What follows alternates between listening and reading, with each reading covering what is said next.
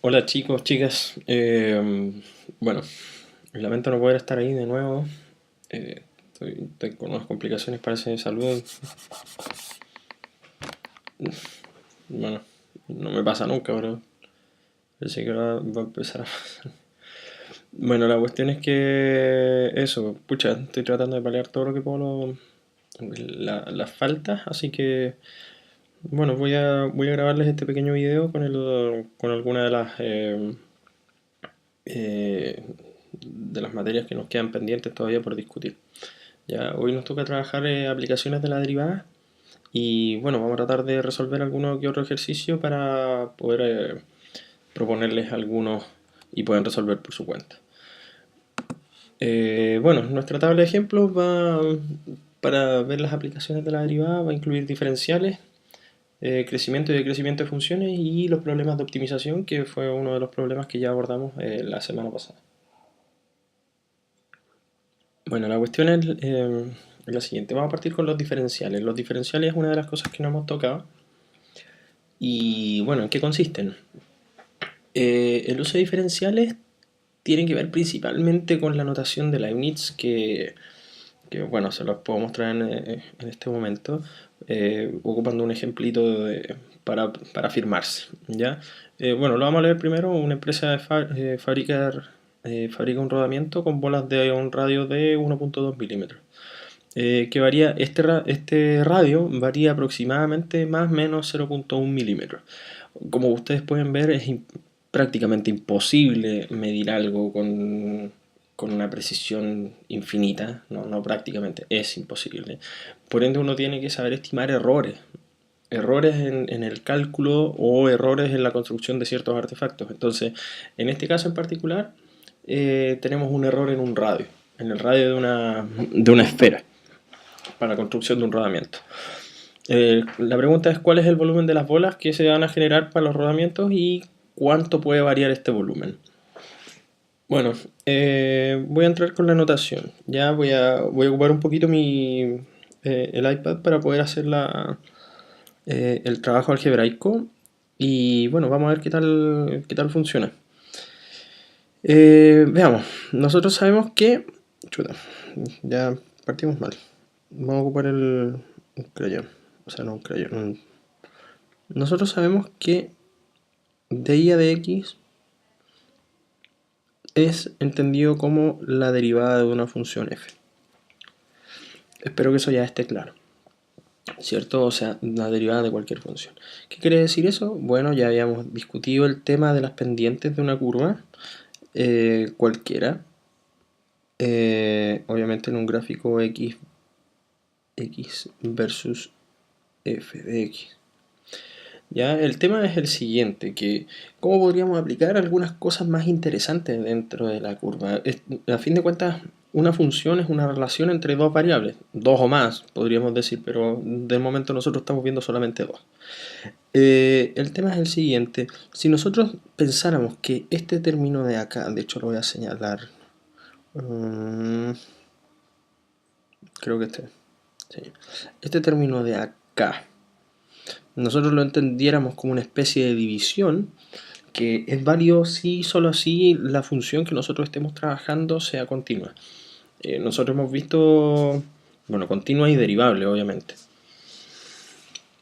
Bueno, que uno lo implica lo otro, pero pensemos que tenemos una función continua, una función buena, que no tiene saltos extraños ni discontinuidades muy irreparables.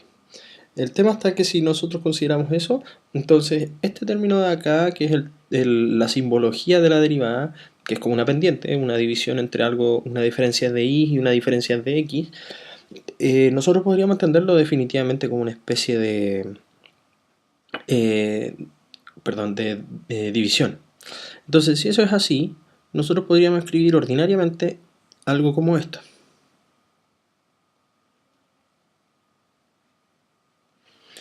¿Ya? Pero nosotros sabemos efectivamente que este término, el de y el de x, en estricto rigor no es que sean restas, son diferenciales, son cosas infinitamente pequeñas, por así decirlo. Son conceptos, no hay una asociación directa a un objeto.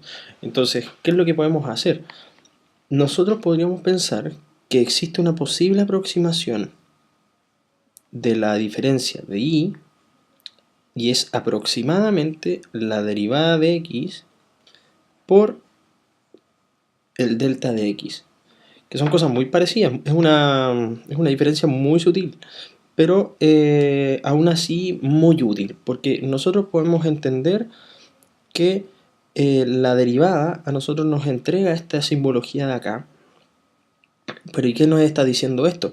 El delta i es cuánto varía el parámetro i, que puede ser cualquier cosa, o sea, el eje i puede ser medido en, no sé, volumen, puede ser temperatura, puede ser distancias, puede ser radios, etcétera, cualquier cosa, mientras el x también puede ser cualquier otra variable. Lo que está diciendo esto es que la diferencia en el eje y es igual o aproximadamente igual a la derivada de la función en el punto x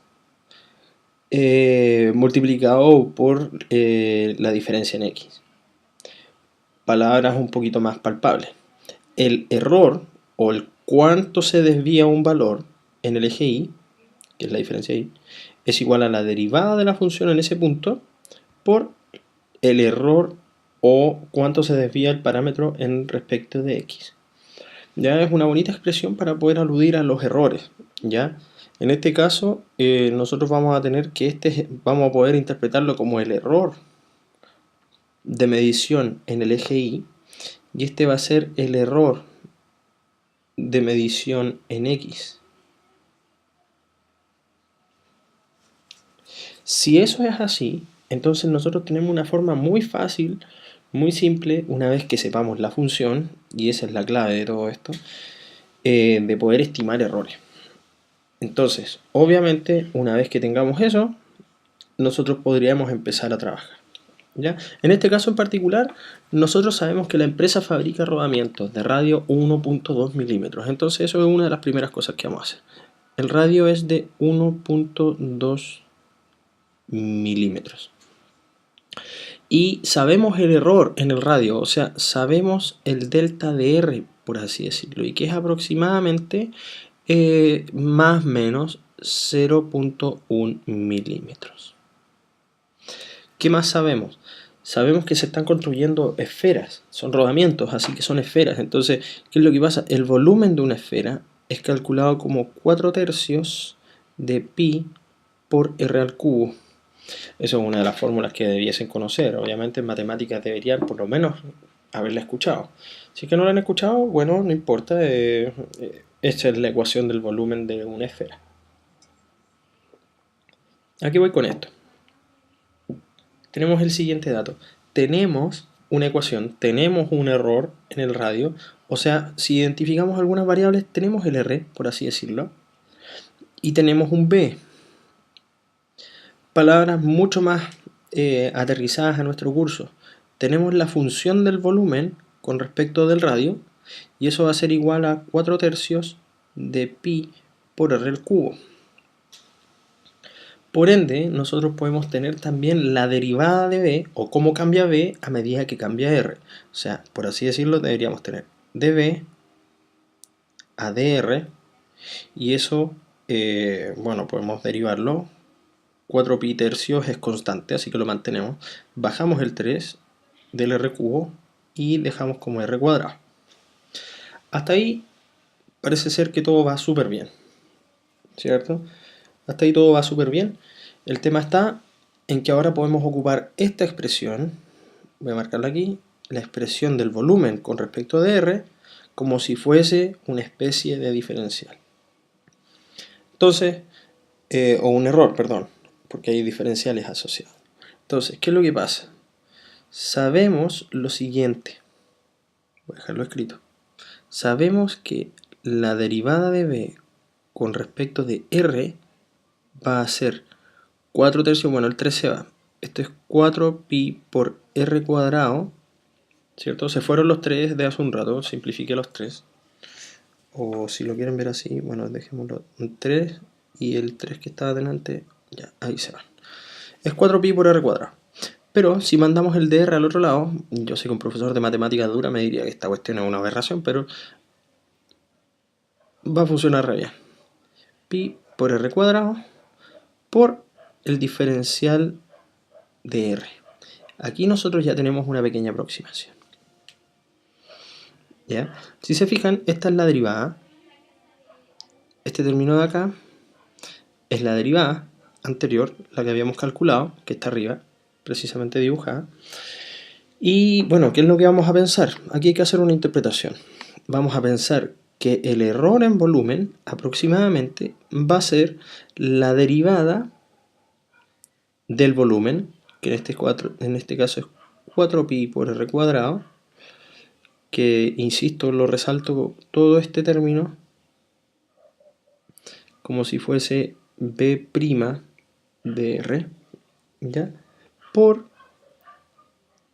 delta r. Y ahí tenemos varias cosas, porque obviamente podemos asumir que podemos saber el volumen o sea, el error en volumen, que es este, y podemos asumir que sabemos también el error en el radio, que efectivamente lo tenemos. Si nosotros reemplazamos algunos de estos valores, entonces vamos a saber que delta B, o sea, el error en el volumen, es aproximadamente 4pi por el radio al cuadrado. Sabemos que las bolitas tienen radio de 1.2 milímetros. Eso lo vamos a dejar 1.2, chuta, me quedó horrible ese 2. 1.2 al cuadrado por el error en el radio, que en este caso nosotros sabemos que es más o menos 0.1 milímetro. Si nosotros hacemos ese cálculo, vamos a ver que el volumen va a tener un error aproximado de, voy a hacer el cálculo, va a ser 4 por 3.14 por 1.2 al cuadrado, y todo eso por 0.1. Nos va a dar un error aprox de 1.881, dejémoslo ahí con tres cifras significativas. 1.81 y el volumen se va a medir en milímetros cúbicos. ¿Ya? Así que vamos a creer que está todo esto bien y las unidades cuadran perfecto. Y de hecho es así porque, si ustedes lo notan, este es un radio al cuadrado y esto está medido en unidades del radio. O sea, tenemos milímetros cuadrados por milímetros nos da milímetros cubos. Así que estamos súper bien. Este primer resultado es súper importante, así que lo vamos a resaltar, porque ese es el error en el volumen. El error que nosotros vamos a tener en el volumen, ¿ya? La pregunta dice, ¿cuál es el volumen de las bolas y por cuánto puede variar? Bueno, el volumen de cada bolita no lo hemos calculado, pero es súper fácil de calcular porque tenemos las ecuaciones asociadas. De hecho, podemos calcularlo como sigue. O sea, el volumen son 4 tercios pi por r cubo, y si reemplazamos el valor va a ser 4 tercios por 3.14 por el radio al cubo, que en este caso el radio de una bolita son 1.2 milímetros y eso lo vamos a elevar al cubo. Entonces tenemos, voy a calcularlo aquí en mi computador, 4 tercios por 3.14 por 1.2 al cubo. Eso me da un volumen de 7.23 24 en verdad milímetros cúbicos. Una vez que ya tenemos el volumen, ya tenemos los dos resultados más importantes. ¿Cómo se presenta esto? Interpretación. Tenemos la variación de volumen o el error en el volumen y también tenemos el volumen. Entonces, ¿cómo se presenta esto? La derivada obviamente ¿en qué nos ayudó? Nos ayudó muchísimo para poder entender cuánto va a fluctuar el volumen aproximadamente, porque sabemos que delta B no es lo mismo que dB, pero lo consideramos como una aproximación muy válida, ¿ya? Porque nosotros sabemos que dr, como es muy muy chico, bueno, mientras más chico sea delta r, más parecido va a ser a dr. ¿Ya? Así que nosotros vamos a asumir que el delta r es pequeño, muy pequeño, ¿ya? Y bueno, tenemos esos dos resultados y como presentamos el resultado final, nosotros presentamos lo siguiente. Perdón. Acá. Resultado final. Vamos a tener que el volumen efectivo de cada bolita va a ser los 7.24 milímetros cúbicos más menos 1.81, que en este caso es el error, más menos 1.81 milímetros cúbicos. Y ese va a ser un resultado muy adecuado, porque efectivamente así es como se presentan los resultados en ciencias. Jamás se pone un resultado único, como si los cálculos fuesen matemáticos. O sea, en matemáticas ustedes van a tener a lo mejor la posibilidad de decir, ah, sí, el volumen es tanto. Y tienen la idea ilusoria de que realmente siempre va a ser así. No es así. No por tener una ecuación uno va a tener cosas exactamente correctas. Uno en la vida real siempre tiene errores. Siempre va a tener pequeñas fluctuaciones. Y esas fluctuaciones pueden ser calculadas a través de las derivadas. ¿Ya? Bueno, aquí tenemos entonces el primer resultado y una de las primeras aproximaciones. El volumen de estas bolitas son 7.24 milímetros más o menos 1.81. O sea, si lo consideramos así, y aquí es donde podemos analizar algo de los problemas, esto es una de las cosas más importantes en física, podemos saber que, por ejemplo, 7.24 en comparación a 1.81, esto es casi 2. O sea, 2 milímetros cúbicos en comparación a 7 es como, pensémoslo así, 3 por 2 son 6. O sea, 3 veces el error y ya tenemos el mismo volumen de la bolita. O sea, tenemos un error de más o menos el 30%, que es bastante. Uno dice, se ve chiquitito ya encima. No es tan pequeño. O sea, para poder formar la bolita, realmente están teniendo un error del 30-35%. Es bastante. Es bastante. Esta fábrica no está haciendo, por ejemplo, rodamientos muy finos. Y entonces, bueno, esas son nuestras primeras conclusiones. ¿Ya? Nos tiramos ahora con otro problema. Otra aplicación de las derivadas tiene que ver con el crecimiento y decrecimiento de funciones. Como ya sabemos, la derivada es la pendiente de la función en un cierto punto. Y bueno, una vez que tenemos la derivada, podemos saber cómo crece. ¿En qué sentido cómo crece? Bueno, cómo se comporta la función. Si tenemos una pendiente positiva, vamos a creer que la función está creciendo. Y si tenemos una función en negativo, vamos a creer que la función está bajando. ¿Bajando en qué sentido? Bueno, si avanzamos en el eje de las x o avanzamos en el eje de las abscisas, entonces la función en y va a ir decreciendo. Y esa es la idea. Como damos por entendido que los positivos van hacia la derecha y los negativos hacia la izquierda, y los positivos del eje y van hacia arriba y los negativos van hacia abajo, bueno, podemos asumir que existe un crecimiento o un decrecimiento de una función. Ya, aquí tenemos un primer ejemplo. Este es el problema 9.18 del Stewart. Y bueno, dice encuentre los intervalos de concavidad y los puntos de inflexión de la siguiente función. Bueno, tenemos ahí algo que resolver. Vamos a anotar la función. Ups, me equivoqué aquí, perdón. F de x es igual a 2x cubo. Que no tenemos idea cómo es, ¿eh? Acuérdense que es una función un poco extraña. 3x cuadrado menos 36x. No sabemos muy bien cómo es esta función, pero sí podríamos hacernos una idea. La función prima de x, si derivamos rápidamente, debería ser 2 por 3 son 6x cuadrado, más 3 por 2 son 6x, le quitamos 1, menos 36. Ahí tenemos una bonita función. Ahora, ¿cuál es el problema? Nosotros deberíamos saber o deberíamos tratar de determinar cuándo la función es creciente, cuándo es decreciente o cuándo cambia de comportamiento. Entonces, vamos a tener tres comportamientos. Cuando la derivada es positiva, crece. Cuando la derivada es negativa, decrece. Y cuando la derivada es cero,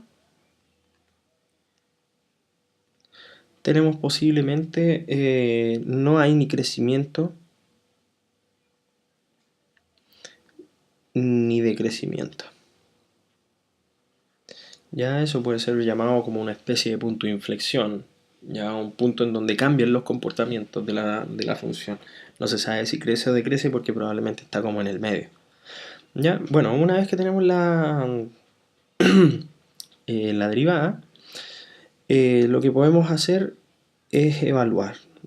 O sea, tenemos que f' de x era 6x, corrijo, 6x cuadrado más 6x, 6x cuadrado más 6x y menos 36. Me disculpan los cambios ahí, no me acordaba mucho de la función. Ya, vamos a probar cuando esa función es 0.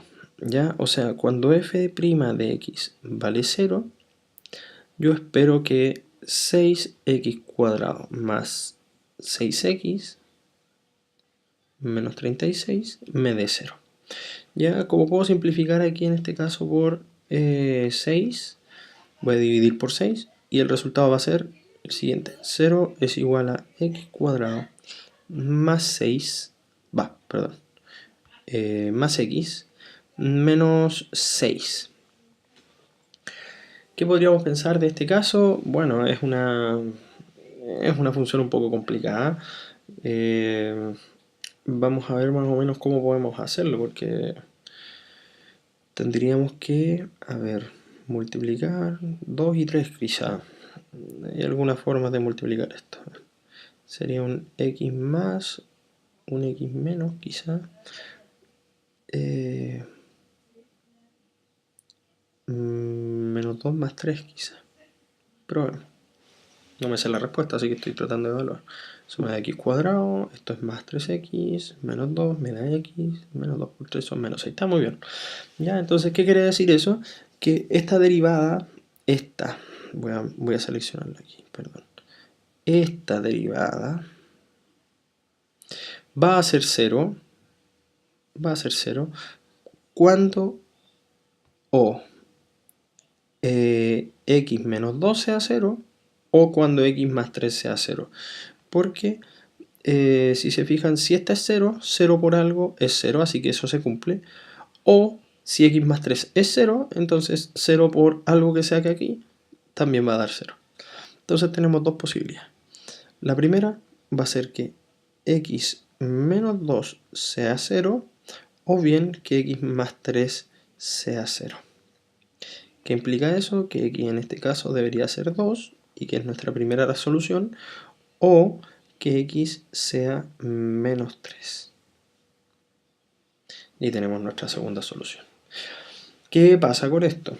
Bueno, cuando la derivada es 0, no sabemos bien qué es, pero podríamos hacer un esbozo relativamente rápido. No tenemos idea cómo es la función, pero sabemos que cuando x es 3,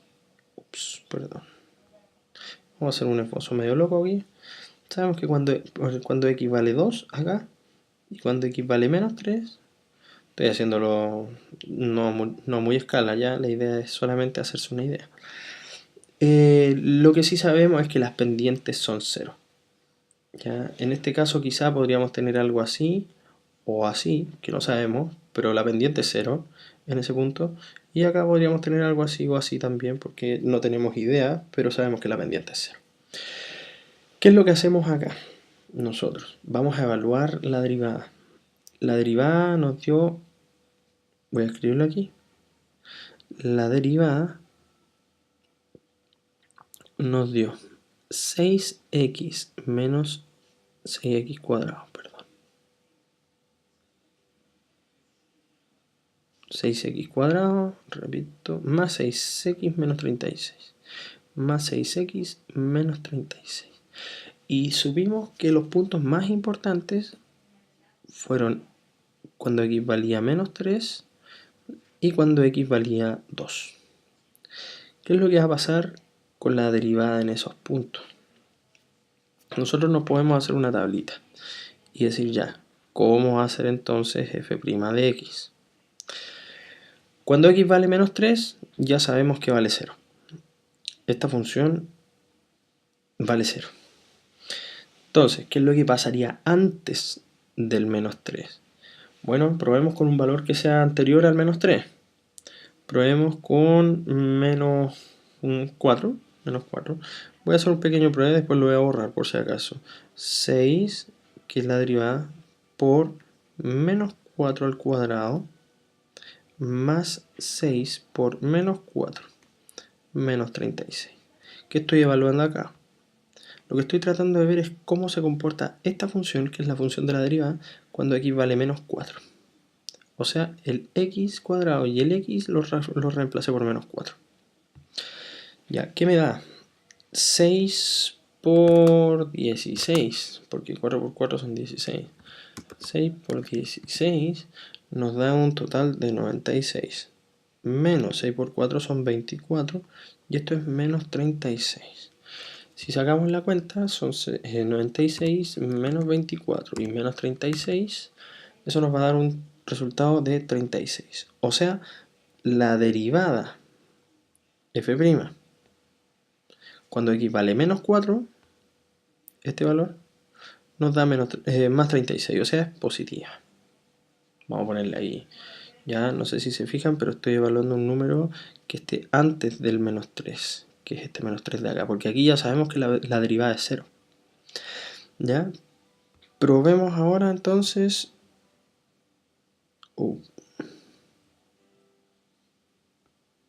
Voy a borrar esto.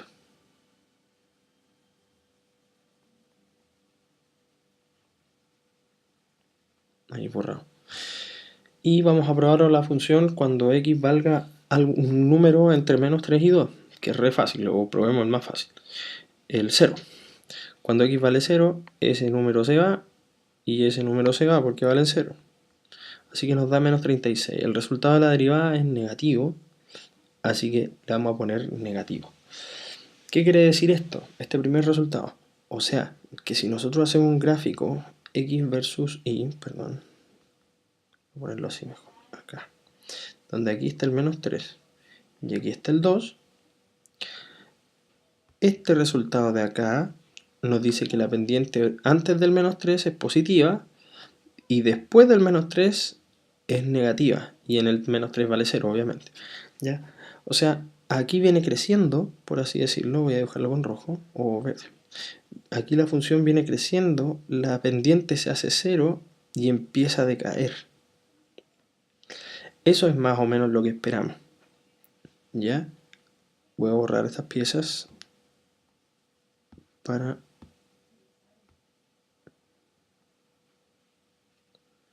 no interrumpir aquí este punto. Ya, perfecto. Y ahora nos falta evaluar solamente qué es lo que pasa después de cuando x vale 2. O sea, pongámosle cuando x vale 3. F', uy, aquí con el color verde.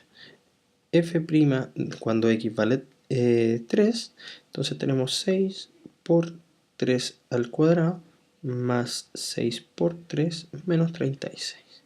6 por, o sea, 3 por 3 son 9, 9 por 3 son 27, 27 por 6 son 162, 6 por 3 son 18 y esto es menos 36. Vamos a ponerle más 18 menos 36. El resultado final son 144. ¿Qué quiere decir eso? Que la derivada, esta, me da positiva. Si me da positiva, entonces después del 2 la derivada es positiva. ¿Qué podemos concluir de todo esto? Si yo borro este resultado, y ahí definitivamente dibujar más o menos cómo debería ser la función, más o menos, sabemos que tenemos intervalos de crecimiento de este tipo. O sea, si tuviésemos un gráfico f de x versus x, lo que deberíamos observar es una función creciente hasta antes de llegar al menos 3. De hecho, lo voy a dibujar mejor. Aquí está el menos 3 y aquí está el 2, por decir algo. Entonces deberíamos ver una función creciendo hasta el 3, hasta que la pendiente llega a 0, después baja y llega a 0 y después sube, o algo así, más o menos. Ya haciéndose una pequeña idea, vamos a dibujar la función, que ya no me acuerdo cuánto es. Sí, la vamos a dibujar. Vamos a ocupar un software ¿cómo se llama esto? De graficación, o sea, vamos a graficar la función. Y esto es lo bueno de tener el iPad aquí como a mano. Ya y poder grabarlo con el computador. Bueno, tenemos esto. una aplicación que se llama Desmos y vamos a escribir la función. Y es igual a, era 2x cubo, 2x cubo, perdón. Sí, elevado a 3, ups. Elevado a 3, más 3x cuadrado.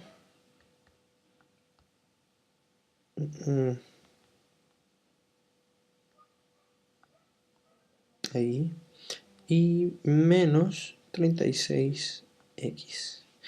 Y si nos ponemos a mirar, observemos un poco, ahí tenemos nuestra función. Voy a cambiarla un poquito, fíjense. Cuando la función vale 3, que podemos verlo aquí, yo no tengo cómo señalar en este software.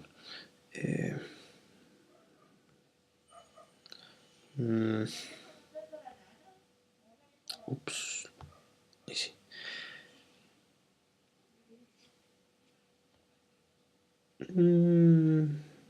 Creo que no puedo señalar. Ya, cuando tenemos el x igual a menos 3, notar por favor que tenemos un comportamiento hasta la pendiente igual a 0. Cuando llegamos a x igual a 2, la función toma un cambio de rumbo y bueno, sigue creciendo. Esa era la idea. ¿Ya? La idea de la derivada en este caso es conocer más o menos cómo se comporta la función sin necesariamente graficarla entera. Porque obviamente si queremos graficar esta función 2x cubo más 3x cuadrado menos 36x, hay que probar un montón de valores que son casi siempre medio feos. Entonces, bueno, la derivada nos da como una idea de, por ejemplo, cómo es. ¿Ya? Ese es el resultado. Entonces, cuando dicen los intervalos de concavidad, bueno, la concavidad es entendida como los lugares en donde la curva tiene un máximo o tiene un mínimo. ¿Ya? En este caso podemos ya entender lo siguiente. Si me muevo un poquito para acá, sigo esta idea. Voy a dibujarlo acá. Este sector de acá tiene un máximo. ¿Y qué quiere decir eso? Bueno, en términos de concavidad, esto tiene una concavidad que se le va a decir negativa. ¿Por qué? Bueno, tiene carita triste, como ustedes pueden ver ahí. La carita triste dice concavidad negativa. Ya por eso se le dice negativa. Y en este caso, en cambio, en este sector de acá, antes de pasar por el 0, nosotros vamos a tener una carita feliz. Por ende, en este sector de acá se dice que hay una concavidad positiva.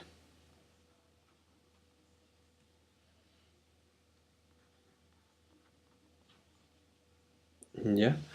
¿Qué es lo que pasa en el punto intermedio? Acá. Eso, cuando cambia la concavidad, se le dice un punto de inflexión.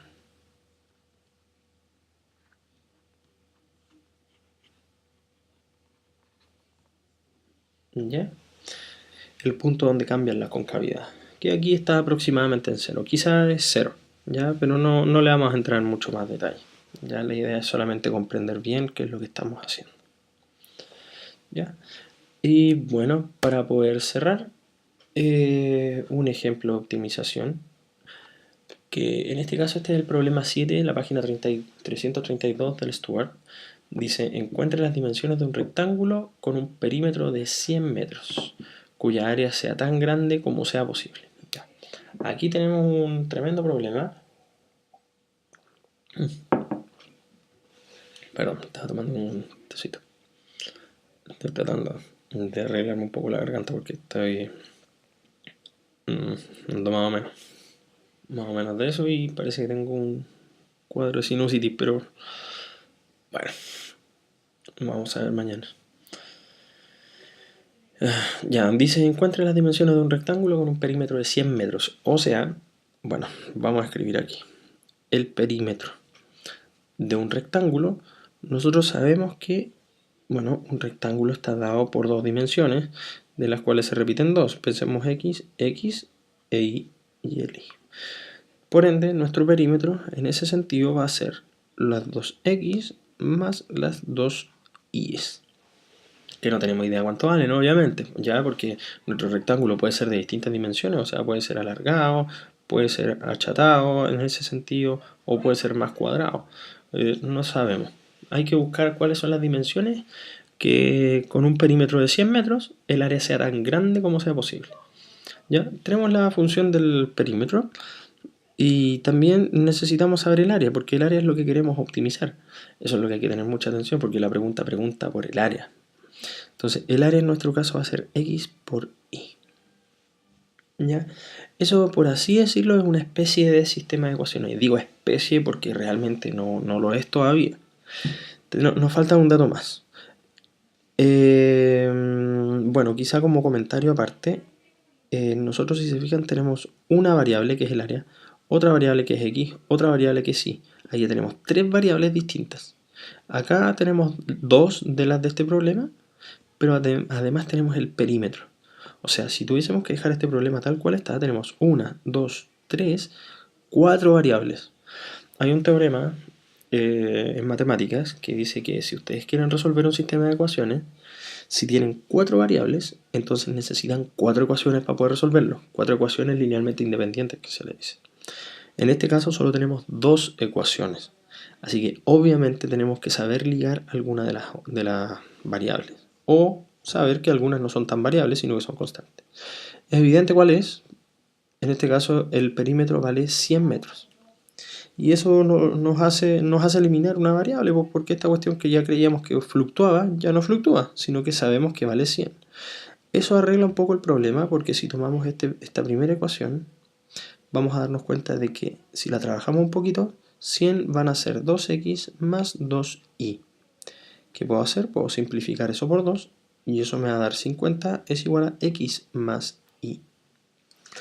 O, si quiero arreglar un poco el problema, podría pensar que, por ejemplo, el y, voy a dar vuelta a esta ecuación, me disculpan aquí un poco, no puedo mostrárselos así físicamente, pero piensen que di vuelta el lado derecho con el izquierdo.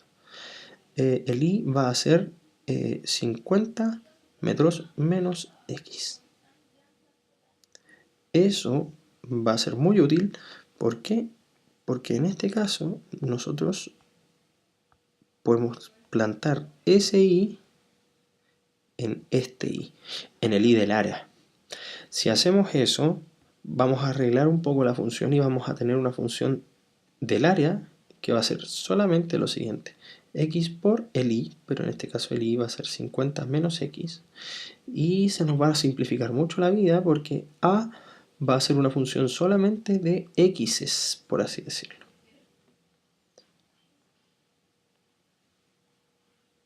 Esto es una excelente noticia porque nosotros sabemos ahora, por ejemplo, que el área es una función solamente de x y no de una cachada de variables que no conocíamos. ¿Ya? Y eso soluciona mucho los problemas, porque si tenemos que área es 50x menos x cuadrado, independiente como sea el problema, independiente como sea el gráfico, nosotros tenemos un grafiquito que va a ser de área en función del x versus el x, que sin saber cómo es, no tenemos idea cómo es, a lo mejor va a pasar que el área va a tener distintos comportamientos, pero vamos a tener un área, que la voy a señalar aquí, que esta área, por ejemplo, esa es el área más grande de todas para un cierto x dado, que no sabemos cuál es. ¿Ya? El tema está en que en ese punto, el más alto, sabemos que la pendiente de esta función es así, es horizontal. Por ende, la derivada es 0. Si eso es así, sabemos entonces que en el punto máximo, o en el área máxima, a' de x debe valer 0. Debe valer 0. ¿Ya? Entonces, obviamente, cae de cajón lo que tenemos que hacer. O sea, vamos a derivar de a, o sea, vamos a sacar de a de x. Y en este caso es re fácil porque es 50x, por ende nos va a quedar 50, estamos derivando esta parte de acá arriba, ¿ya? Menos 2x. ¿ya? Y como por la condición que habíamos visto anteriormente, esto debe ser igual a 0. Por ende, 50 es igual a 2x, por ende voy a darlo vuelta ahora, x es igual a 25. Vamos a ponerle metros al tiro porque las unidades de medida no se nos pueden perder. ¿Ya? Cuando x vale 25, entonces nosotros deberíamos obtener un área que es máxima, o eso creemos. ¿Ya? Veamos efectivamente si es que eso es así, porque deberíamos graficar la función. Cuando, bueno, a de x debería ser el eje y el x va a ser el eje de las x, obviamente. Ya, voy a graficarlo en nuestro software anterior. Vamos a borrar esta función de acá.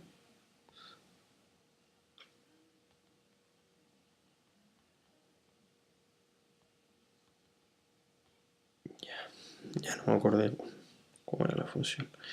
Era 50x menos x cuadrado. Ups. Ya, vamos a dejarlo anotado.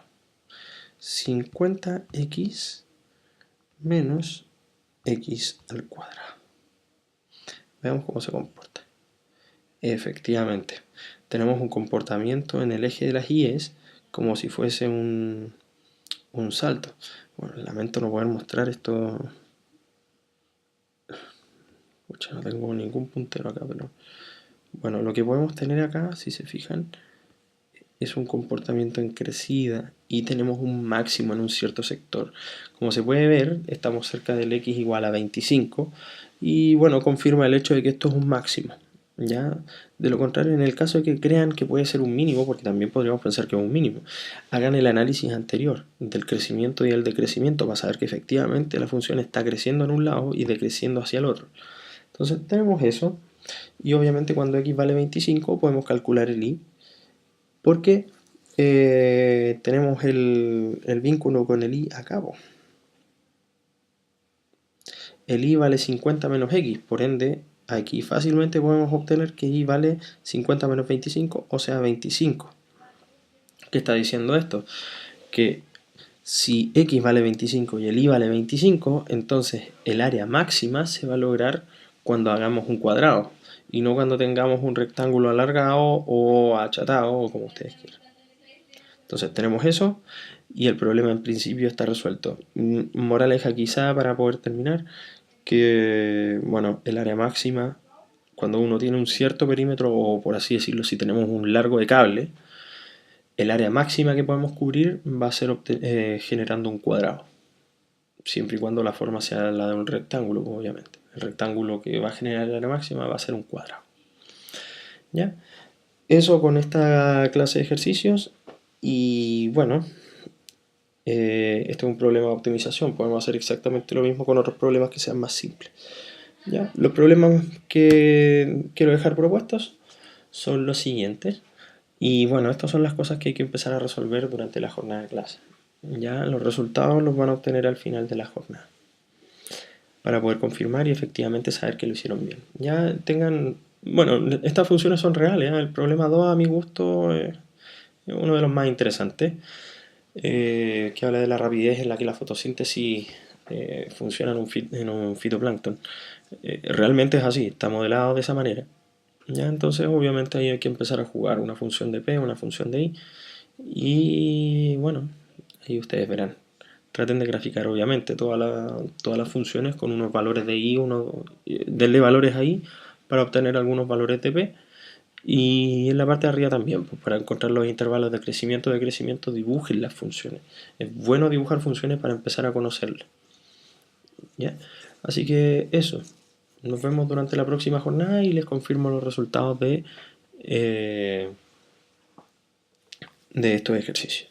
¿Ya? Mucho éxito y espero que les vaya súper bien. No se olviden de mirar el Stuart y el Larson, que son los libros claves durante esta última jornada de cálculo, antes de empezar con la física ya más dura. ¿Ya?